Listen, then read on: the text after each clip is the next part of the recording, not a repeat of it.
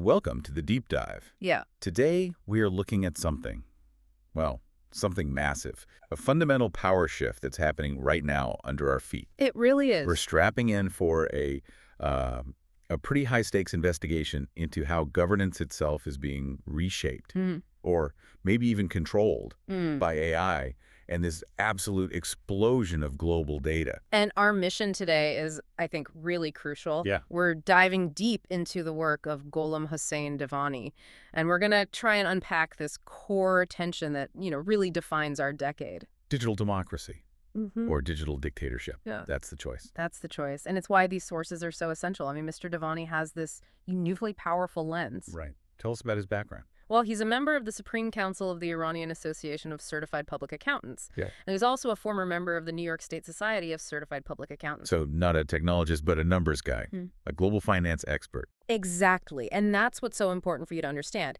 He sees data control as the ultimate asset on a nation's balance sheet. It's all about financial control. I see. So we aren't just talking about, some new software tool.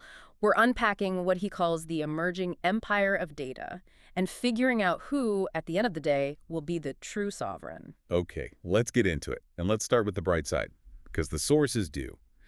The promise of AI in policymaking. The potential is phenomenal. It really is. I mean, the efficiency gains.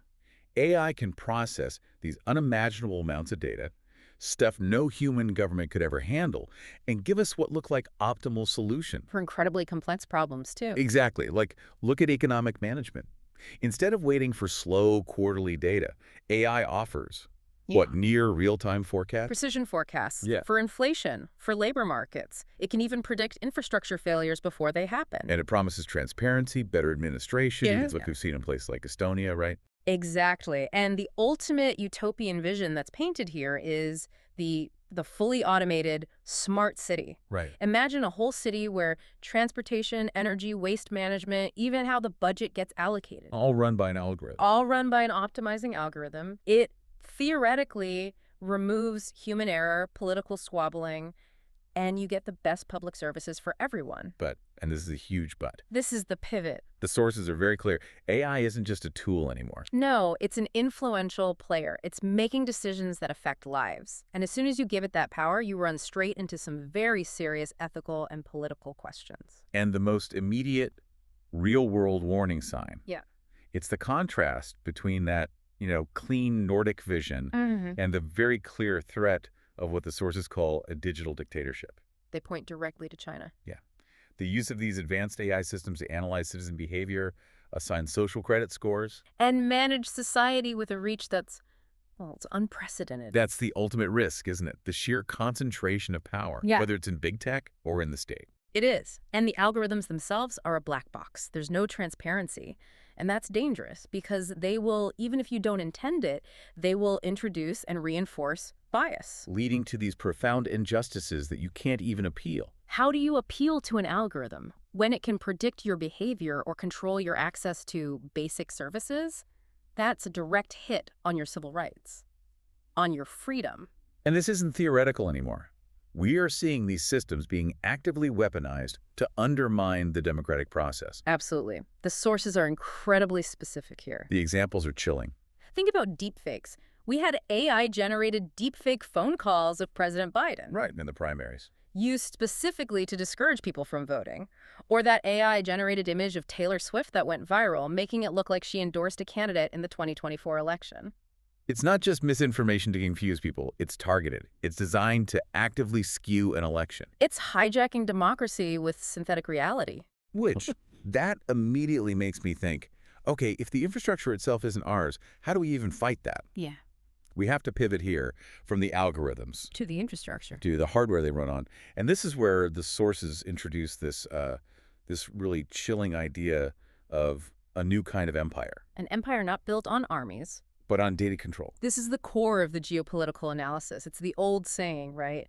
If data is the new oil, then whoever controls the pipelines. Controls everything. And that central concept is data sovereignty. It's a nation's ability to say where its citizens' data is stored, how it flows, and who gets to process it, especially in the cloud. So you lose that sovereignty when when a foreign company owns the servers where your government secrets are stored. Exactly. Or the undersea cables, or the 5G networks. When you don't own the pipes, you lose control. And the sources use a very stark term for this. The digital colonialism. Digital colonialism. It's a system where powers like the US and China use their tech dominance to create, and I'm quoting here, new forms of digital dependence, especially in Asia and Africa. And that dependency isn't just theoretical. It has real-world vulnerabilities. The sources give some very concrete examples. They do. Let's take Latin America. Yeah. AWS, Amazon Web Services, is dominant there. Completely. So what that means is if the U.S. government wanted to apply geopolitical pressure, it could potentially compromise vast amounts of data for an entire continent. A commercial relationship becomes a strategic liability. And you see the flip side of that in Africa. Many nations there rely on Chinese companies like Huawei and ZTE for their core 5G networks and submarine cables. So they get connectivity, which is great, but it locks them into a profound technological dependency. The local governments, they don't really have control over the switches, over the security of their own communication backbone. That is what digital colonialism looks like in practice. Okay, so to help you, the listener, sort of wrap your head around this complexity, the sources give a really useful framework, the 3 levels of data governance. It's a great way to see how it all connects. It is. So at the bottom, you have the micro level. That's your company, your organization. Right, it's internal. Data, quality, security, making sure it aligns with your goals. Then you move up to the meso level. That's the national level, your country's ecosystem. And this is about data ecosystem governance. So national policies on how data is shared between industries, how it's valued. Things like national digital IDs fall in here. And then, at the top, you have the macro level. This is transnational, geopolitical. This is where data sovereignty lives. It's about cross-border data flow international agreements. It's the high-stakes chess game. So when the U.S. sanctions TikTok over data fears, or Luxembourg fines Amazon for violating user privacy, that's the macro level in action. Exactly. And if you have a failure at that macro level, your national security is compromised, period. And that collapse of national control leads us right into the third and, frankly, terrifying part of this deep dive. The rise of the new rulers. Yes. The techno-oligarchs, or what the source is also called the singleton. The singleton. It's a chilling concept. It is.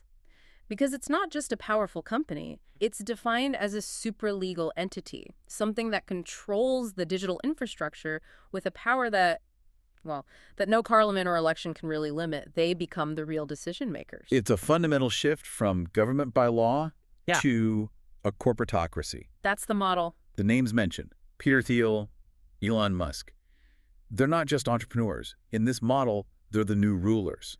Because power flows from owning the infrastructure, not from winning an election. And in this model, the government is no longer the owner of power. It's just a customer, a paying customer. Wow. And for a concrete example of this, the sources point to what they call the Pentagon shock. A perfect example. The U.S. military are arguably the peak of national sovereignty. Gives a $10 billion contract to Palantir. And in doing so, it outsourced its most critical functions. Targeting, intelligence analysis, deployment strategy, all handed over to private algorithms. The assessment in the sources is just devastating. It is. The Army did not buy software. It stabilized private power. Let that sink in.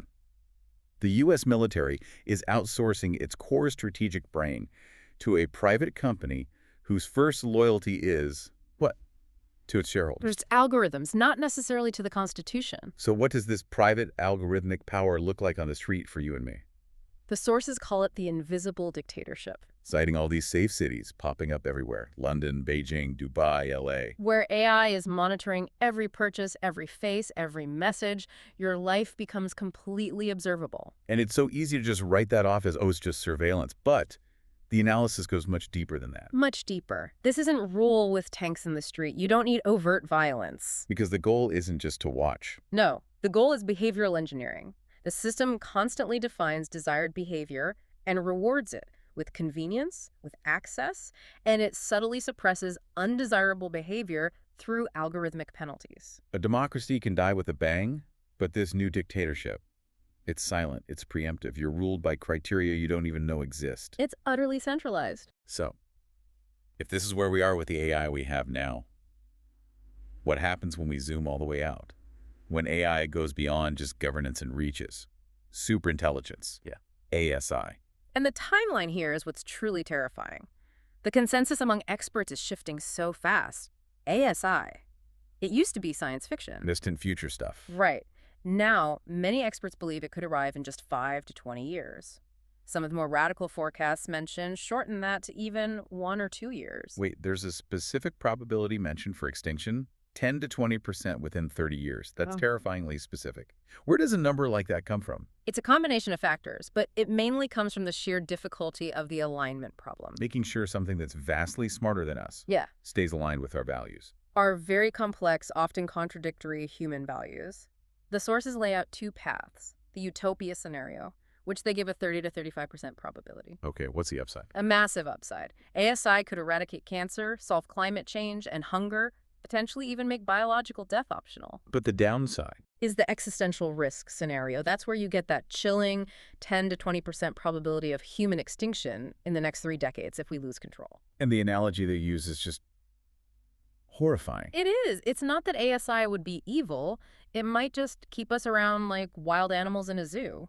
Or, and this is the more likely risk, it might just remove us if we're useless to its goals. We'd just be background noise. So the conclusion from the sources is that this race for superintelligence is the, and I'm quoting, biggest gamble in human history, bigger than nuclear weapons. It eclipses everything.